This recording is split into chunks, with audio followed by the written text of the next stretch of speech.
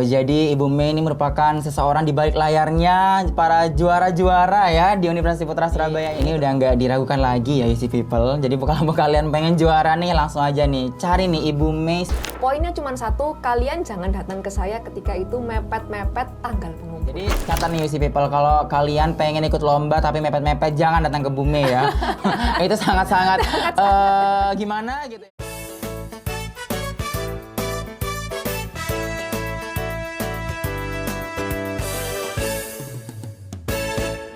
Halo UC People. Nah, kembali lagi di podcast Kiat Prestasi dengan aku Anam dari IBMRC 22 dan kali ini kita kedatangan narasumber yang sangat luar biasa dan istimewa nih. Kita biasanya manggilnya Ibu Mei nih. Nah, Ibu Mei bisa langsung nih perkenalkan kepada UC People yang ada di sini biar mereka lebih tahu nih tentang Ibu Mei. Oke, halo UC People, perkenalkan saya Melani, saya dosen di Fakultas Psikologi UC, biasa dipanggil Bu Mei. Oke, kalau UC People ketemu di Universitas Ciputra Surabaya, kalau ketemu sama Ibu Mei langsung disapa aja ya, Bu. Nah, kalau boleh tahu nih Bu Mei, kan namanya aja dari Kiat Prestasi nih, apalagi Ibu Mei dosen ya. Kalau boleh tahu nih, kesibukan yang saat ini Ibu sedang lakukan apa aja nih, terutama di Universitas Ciputra Surabaya? Oke, kalau sekarang kesibukannya sedang mempersiapkan untuk kuliah semester depan. Kemudian ada juga beberapa waktu saya ada membimbing lomba untuk teman-teman yang ada di Fakultas Psikologi Universitas Ciputra. Wow, jadi Ibu Mei ini merupakan seseorang di balik layarnya para juara-juara ya di Universitas Ciputra Surabaya ini, terutama dari jurusan psikolog. Nah, kan Ibu sudah menyampaikan ya, sering banget menjadi pembimbing-pembimbing lomba di Universitas Ciputra Surabaya. Nah, gimana sih Bu awal mulanya Ibu bisa menjadi dosen pembimbing dalam ranah perlombaan di sini? Oke, awalnya yang pasti karena saya koordinator kemahasiswaan di Fakultas Psikologi. Jadi biasanya ketika ada acara event-event di psikologi, entah itu semester opening atau mungkin di tengah-tengah proses mengajar di kelas, itu sambil promosi nih ada lomba-lomba, beberapa lomba yang bisa diikuti oleh teman-teman. Nah, terus kemudian ketika teman-teman di psikologi ingin menjadi peserta lomba, maka mereka bisa kontak saya untuk jadi pembimbing. Wow, ini cuma di ranah psikologi doang atau bisa lintas jurusan nih Bu? Oh, oke. Ini pertanyaan yang menarik. Jadi lintas jurusan juga bisa, karena beberapa waktu yang lalu saya juga sempat dikontak oleh anak-anak dari IMT atau ASB untuk saya menjadi pembimbing lomba mereka, karena topik yang diangkat adalah terkait teknologi untuk menyelesaikan masalah-masalah terkait speech delay. Oh, luar biasa nih, keren ya. Dan juga mungkin kalau Ibu ingat ya, bisa disampaikan Ibu berapa jumlah tim yang udah Ibu bimbing nih selama di Universitas Ciputra Surabaya? Sejujurnya saya nggak ingat. Saking banyaknya mungkin ya Bu? Saya nggak ingat karena banyak juga dalam ketika lomba pasti akan ada yang tim, ada juga yang individu. Oh, jadi iya, betul. ketika saya bimbing nggak cuma tim tapi juga individu. Wah, jadi ini udah nggak diragukan lagi ya UC People. Jadi kalau kalian pengen juara nih langsung aja nih cari nih Ibu Mei psikolog. Nah, mungkin juga Bu menarik nih Bu.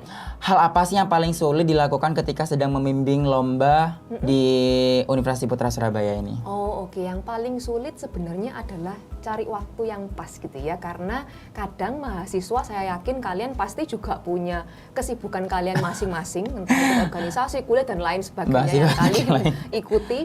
Pun kami dosen, kami juga punya kegiatan yang harus kami lakukan, sehingga cocokan jadwalnya itu memang agak sulit, terutama kalau untuk lomba-lomba yang memang harus mensyaratkan lombanya antar fakultas, sehingga cocokan jadwalnya akan lebih sulit lagi.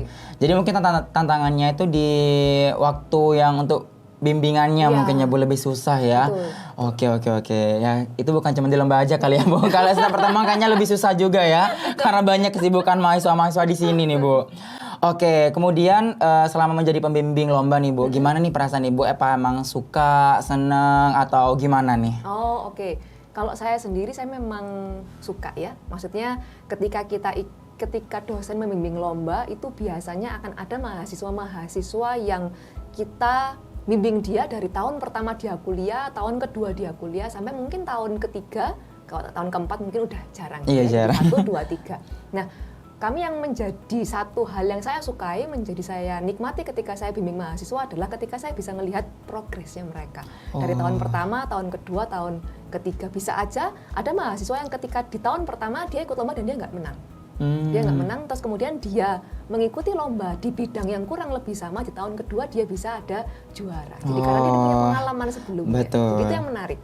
Oke, jadi benar-benar dibimbing gitu ya Bu, dan Ibu pastinya merasa, oh ternyata anak ini berprosesnya luar biasa gitu ya. Yang awalnya dulu mungkin belum mendapatkan juara, tapi di tahun-tahun berikutnya ketika mengikuti lomba yang sama, itu akhirnya bisa mendapatkan juara, luar biasa sekali. Nah juga lomba-lomba di kalangan mahasiswa kan banyak sekali nih Bu, apalagi yang paling bergengsi itu ada namanya PKM, Program Kreativitas Mahasiswa. Nah Ibu juga kalau nggak salah nih ya, membimbing PKM juga, apa betul? Betul. Oke, nah fun fact-nya teman-teman, kalau dibimbing sama Bu Mei ini sering banget nih dapat hibah dari pemerintah. Boleh nggak sih Bu spill tuh gimana caranya atau tipsnya nih bagi Ibu sendiri buat mahasiswa yang sedang mengikuti lomba agar bisa mendapatkan hibah tersebut?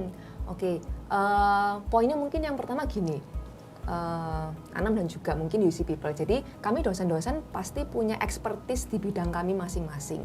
Ketika PKM ada berbagai macam cabang atau peminatan bidang PKM, tapi biasanya karena saya mungkin ranahnya adalah di bidang-bidang psikologi, kami banyak tulis, menulis, dan artikel lain sebagainya pengabdian masyarakat, sehingga kami biasanya saya akan bimbing yang PKM AI dan juga PKM PM. Oh. PKM AI dan juga PKM PM. Dulu pernah ada juga ada mahasiswa psikologi juga yang ikut PKM bidang lain, tetapi memang pada saat itu prosesnya sangat panjang karena kami sendiri pun juga perlu belajar. Contohnya kayak video, kami butuh proses banget belajar. Betul. Dan ya mungkin itu menjadi salah satu tantangan juga. Nah pada saat yang bidang yang bukan PKM AI dan juga PM, pada saat itu memang belum ada yang menjadi atau yang menerima hibah dari pemerintah. Jadi gitu ya teman-teman, karena betul sih Bu, saya juga sangat percaya bahwa setiap dosen memiliki ekspertisnya masing-masing gitu. Mungkin kita juga harus tahu nih sebagai peserta-peserta lomba juga kita sedang menggeluti dalam bidang apa terutama. Jadi kalau pengen PKM, mengikuti PKM seperti PKM AI dan juga PM ya Bu, itu betul. bisa langsung nih ke Bu Mei. Bisa dikatakan udah expert ya Bu. Tapi mungkin ada satu lagi sih yang perlu jadi pertimbangan juga. Kadang gini, ketika kita bimbingan lomba, mahasiswa ikut lomba, pasti kalian mahasiswa butuh belajar, kami pun dosen membimbing juga kami pasti butuh belajar gitu. Nah, selama dalam prosesnya kita mau bareng-bareng, itu pasti akan bisa terjalin kerjasama hubungan yang baik, dalam artian mungkin ini bukan bidang saya, tapi kalian sebagai mahasiswa percaya bahwa saya bisa membimbing kalian, maka ayo kita sama-sama saling belajar. Oke, jadi bukan cuman sekedar minta arahan, tapi juga saling respect juga ya Bu. Kita juga harus saling mengerti satu sama lain gitu. Oke, kan boleh tahu nih Bu, gimana sih atau apa aja sih syaratnya bisa menjadi anak bimbingan dari Bu Mei gitu? Atau pilih-pilih atau ada syaratnya atau gimana nih Bu? Oke. Yang pasti pertama saya nggak pilih-pilih. Oke. Saya nggak pernah pilih-pilih. Maksudnya dalam artian kalian mahasiswa yang berprestasi banget, atau kalian mahasiswa yang tengah-tengah rata-rata, atau kalian mungkin yang belum pernah ikut sama sekali lomba, saya nggak pernah menolak. Siapapun mahasiswa yang datang ke saya dan minta bimbingan, saya pasti nggak akan tolak. Poinnya cuma satu, kalian jangan datang ke saya ketika itu mepet-mepet tanggal pengumpulan. Wah. Gitu.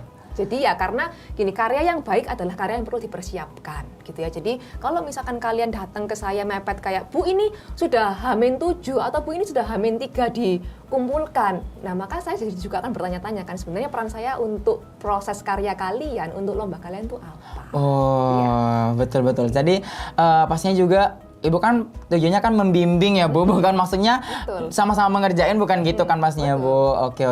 Jadi catat nih UC People, kalau kalian pengen ikut lomba tapi mepet-mepet jangan datang ke Bu Mei ya. Itu sangat-sangat gimana gitu ya Bu, apalagi kalau H-3, H-1 aduh mending gak usah ikut gitu ya Bu. Daripada sama-sama terburu-buru nanti nggak maksimal juga. Aduh itu sangat-sangat gimana gitu ya Bu. Oke, jadi pastinya teman-teman kalau mau ngikut lomba itu pastinya cari infonya terlebih dahulu ya Bu. Kira-kira ini kapan nih timelinenya, gimana. Kalau emang masih lama dan itu pasti bisa, masih memungkinkan ikut, bisa langsung nih dikontak kepada Ibu Mei. Oke, kalau selama Ibu membimbing ya Bu, mahasiswa itu minta bimbingan apa sih Bu? Minta diajarin apa atau minta diarahin seperti apa atau bagaimana? Oh, oke. Sejauh ini bidang-bidang lomba yang saya sering kali untuk bimbing, poster gitu ya, bikin desain poster, terus kemudian artikel, karya tulis, juga akhir-akhir ini video. Oh, video. Video. Nah, biasanya saya tuh sangat yakin bahwa teman-teman mahasiswa punya skill editing yang jauh lebih bagus daripada saya. Ya, secara saya nggak belajar editing video, saya belajar psikologi. Nah, otomatis ketika mahasiswa bimbingan ke saya, maka yang akan dibimbingkan itu kontennya. Jadi misal kalian bikin video kan punya cerita ya, jalan cerita yang dibangun mulai dari awal, bangun ceritanya kayak gimana, terus kemudian prosesnya seperti apa, endingnya seperti apa. Nah, biasanya itu akan bimbingan lebih ke ceritanya, agar ketika kalian bikin contoh video gitu ya, ketika kalian bikin video ini orang selesai lihat, orang bisa tangkap makna yang sebenarnya ingin kalian sampaikan. Nah, biasanya akan bimbingan terkait konten. Nah, terus kemudian kadang kalau hasilnya kita udah sepakati nih kontennya mau bicara tentang apa, baru nanti mereka akan taping video hasil karyanya yang masih dalam ranah kasar gitu mungkin ya sebutnya, masih kasar, kemudian mereka bimbingan ke saya bisa kasih masukan. Mungkin yang bisa ditambahi scene-nya, ada beberapa yang mungkin perlu diperjelas pakai subtitle-nya. Oke, jadi mungkin dari semua bimbingan yang lebih sama-sama belajar bareng mungkin di videonya ya Bu, tapi Ibu juga bagian komen gitu ya, oh ini videonya kayaknya kurang gini. Oke. Jadi mahasiswa di sini jangan datang-datang cuma tangan kosong aja ya Bu. Yes, betul. Itu yang paling penting, karena ketika kalian datang bimbingan, kemudian kalian nggak bawa apa-apa, itu mungkin kayak datang ke saya terus kemudian juga kayak, Bu ini saya mau ikut lomba ini tapi saya masih bingung, ini mau mulai dari mana. Biasanya jarang sekali sih mahasiswa yang datang ke saya kosongan gitu ya, yang nggak bawa apa-apa. Setidaknya mereka punya draftnya dulu, baru terus kemudian kita akan diskusi. Saya akan kasih mereka saran gitu. Nah, tapi ketika saya memberikan saran pun bukan berarti saran saya adalah saran yang harus dilakukan. Ya. Ketika kami dosen memberikan kalian saran, bukan berarti saran itulah yang harus dilakukan. Tetapi ketika saya memberikan saran, terus kemudian kalian punya ide lain. Bu, saya itu kemarin baca-baca, misalnya nulis karya tulis gitu ya. Saya kemarin baca jurnal Bu, ada kajian tentang ini. Terus kemudian ini ada gapnya seperti ini dan lain sebagainya. Nah, maka itu akan jadi pembicaraan atau diskusi yang kaya. Sehingga kalian pun belajar, saya pun belajar, hasil karyanya bisa jadi bagus, sehingga jadi mungkin datanglah juga dengan ada persiapan lah setidaknya. Betul, setidaknya mahasiswa-mahasiswa yang datang itu bawa sedikit lah ya Bu. Bu, saya mengikuti lomba PKM ini contohnya, dan saya mengangkat tema ini gitu. Jadi mungkin langsung dibahas bareng sehingga nanti bisa tahu nih, oh ini loh jadinya seperti ini. Oke. Ingat ya si people, datang-datang kalian tuh udah bawa draft lah ya intinya ya. Jangan Bu saya pengen ikut ini tapi nggak tahu harus gimana, itu lebih susah lagi ya. Betul. Atau mungkin datang gini, Bu saya ikut PKM tapi saya nggak tahu mau ikut PKM yang mana. Nah itu kan bingung juga. Atau mungkin gini, Bu, tema lombanya kan sekarang yang lagi happening itu tentang SDGs. Banyak kan macamnya. Betul. Nah, Bu saya mau ikut lomba temanya tentang, tema besarnya SDGs, tapi saya nggak tahu SDGs yang mana yang mau saya ikuti. Seenggaknya itu kan langkah pertama ya, kamu menentukan. Betul. Nah, kita mungkin bahas tentang lika-liku kan ya Bu dari tadi. Ini aku juga pengen nanya nih Bu, lika-liku selama jadi pembimbing lomba ini, ada nggak sih Bu yang tim atau individu itu mengikuti lomba tapi tiba-tiba di tengah perjalanan itu hilang atau gimana, tiba-tiba nggak ada semangat atau gimana, pernah nggak Bu? Kayak di PHP gitu ya. Kayak di PHP. Pernah. Dan ini juga pengalaman yang kurang lebihnya ya di PKM juga, gitu ya. Jadi ada beberapa mahasiswa yang memang dia datang dengan karyanya, gitu ya. Memang datang dengan karyanya. Tapi terus kemudian kalau PKM itu mungkin ya teman-teman juga tahu ya, ada banyak syarat-syarat yang memang harus diikuti. Betul. Mau nggak mau kamu harus ikuti itu. Mulai dari yang kecil-kecil banget lah, mulai dari administrasi, marginnya harus berapa, terus kemudian ukuran fontnya harus berapa, itu kan teman-teman harus banget ikutin tuh. Nah, pernah satu ketika ada mahasiswa tim gitu ya, ada beberapa, mereka itu datang ke saya dengan karyanya. Terus kemudian ya saya berikan masukan karena memang perlu ada banyak yang direvisi, mungkin karena terlalu banyak revisinya akhirnya mundur. Jadi kayak bimbingan cuma 1 kali, terus kemudian saya kasih revisi, ini, terus udah selesai. Hilang udah.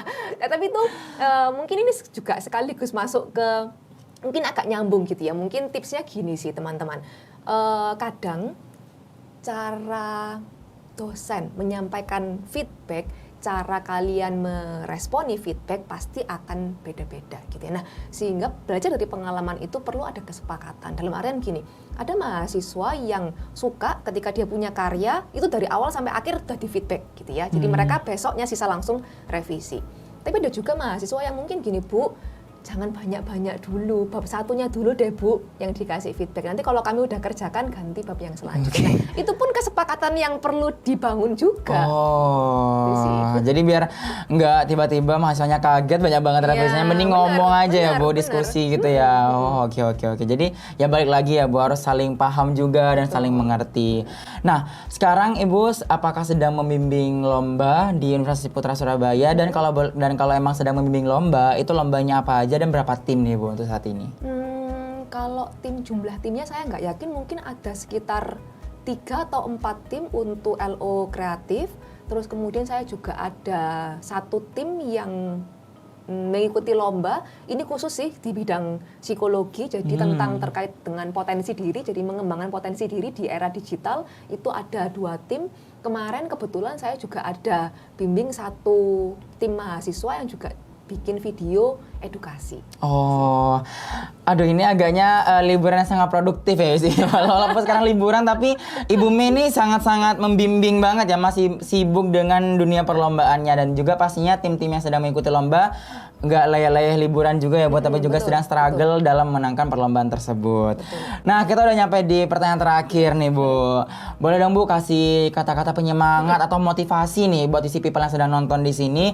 Gimana sih caranya kita bisa semangat terus, dan juga semangatnya itu loh minimal stagnan gitu loh Bu, jangan turun ketika sedang mengikuti perlombaan, terutama apalagi udah melihat musuh-musuh kita itu udah insecure banget. Itu gimana sih Bu, mungkin bisa disampaikan di UC People? Oke, mungkin kiat yang pertama, UC People, ketika kalian mengikuti lomba di luar sana ada banyak banget macamnya. Pilihlah lomba-lomba yang ketika kalian lakukan, ketika kalian tekuni itu kalian merasa kalian senang dan kalian menikmati. Karena ketika kalian menikmati, kalian akan mau baca lebih banyak, kalian akan mau menaruh usaha kalian dalam perlombaan tersebut. Sehingga carilah lomba-lomba yang memang itu menjadikan kalian tuh terdorong dan kalian sangat menikmati ketika kalian ngelakuin itu. Itu yang pertama. Terus kemudian yang kedua, ketika ikut lomba tantangan pasti ada. Tantangan pasti ada, kesulitan pasti ada, tapi lomba itu merupakan salah satu cara, salah satu jalan di mana teman-teman bisa menunjukkan potensi kalian, bisa menunjukkan kemampuan yang kalian miliki. Jadi tetap fokus, tetap percaya diri, dan juga teman-teman ketika kalian punya kesulitan, kalian punya satu hambatan tertentu yang kalian mungkin nggak bisa pecahkan dalam kelompok, jangan sungkan untuk kontak dosen pembimbing kalian, itu yang utama. Ya, jadi tetap semangat UC People. Oke, kalau udah menyemangati si people-nya nih, atau mahasiswanya, sekarang boleh nih Bu ngasih semangat ke dosen yang sedang membimbing lomba. Karena kan mahasiswa itu kan macam-macam ya Bu. Mungkin bisa langsung disampaikan nih Bu kepada dosen pembimbing. Oke, untuk Bapak Ibu yang sekarang sedang membimbing lomba atau dalam proses untuk membimbing lomba, Bapak Ibu hebat, Bapak Ibu keren. Bapak Ibu terima kasih juga udah berdedikasi, meluangkan waktu, meluangkan tenaga, meluangkan pikiran untuk membimbing mahasiswa, untuk membimbing UC People, sehingga tetap semangat juga Bapak Ibu. Mungkin dalam prosesnya akan ada jatuh bangun, tapi saya yakin sebagai pendidik ketika kita melihat mahasiswa kita punya progres gitu ya, semakin lama semakin baik dan juga bisa menghasilkan prestasi, itu akan menjadi satu kebanggaan juga untuk kita. Oke, terima kasih banyak Ibu Mei tentang kata-kata motivasinya ya untuk mahasiswa dan juga dosen yang sedang membimbing lomba. Dan pertanyaan tersebut merupakan pertanyaan terakhir di segmen kali ini nih Bu. Karena kita juga di penghujung acara di podcast Kiat Prestasi, aku Anam. Saya Bu Mei. Dan nantikan di podcast-podcast menarik selanjutnya di Kiat Prestasi dengan narasumber yang variatif. Baik, kami pamit undur diri dan sampai jumpa.